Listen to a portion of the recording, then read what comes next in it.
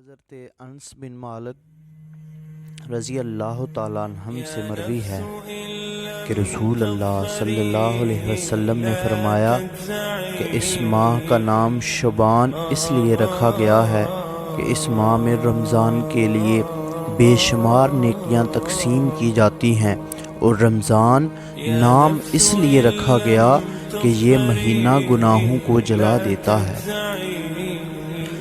اس ماہ کی 5 تاریخ کو سیدنا حضرت امام حسین رضی اللہ تعالی عنہ کی ولادت مبارک ہوئی۔ اسی مہینہ کی 15ویں تاریخ کو شب برات یعنی لیلۃ المبارکہ ہے، جس میں امت مسلمہ کے بہت سے افراد کی مغفرت ہوتی ہے۔ اس ماہ کی 16ویں تاریخ کو تحویل قبلہ کا حکم ہوا۔ پہلے ابتدا اسلام میں کچھ عرصہ بیت المقدس قبلہ رہا، پھر اللہ تعالیٰ نے حضور سراپا نور شافع یوم النشور صلی اللہ علیہ وبارک وسلم کی مرضی کے مطابق کعبہ معظمہ کو مسلمانوں کا قبلہ بنا دیا۔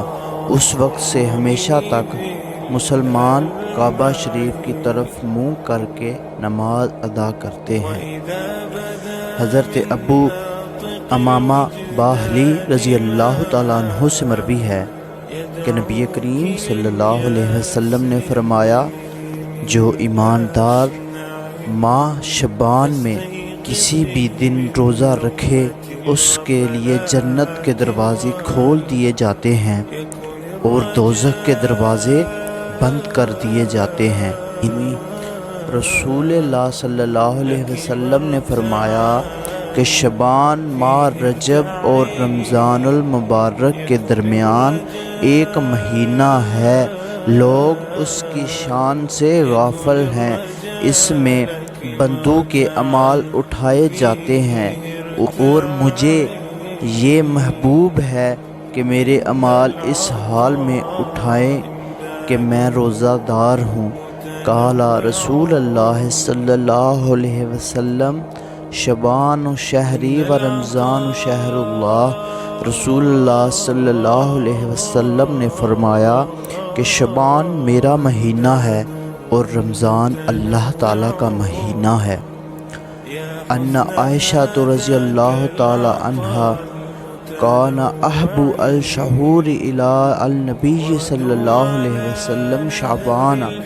حضرت ام المومنین عائشہ صدیقہ رضی اللہ تعالی عنہا فرماتی ہیں کہ نبی کریم صلی اللہ علیہ وسلم کو تمام مہینوں سے زیادہ پیارا مہینہ شعبان تھا۔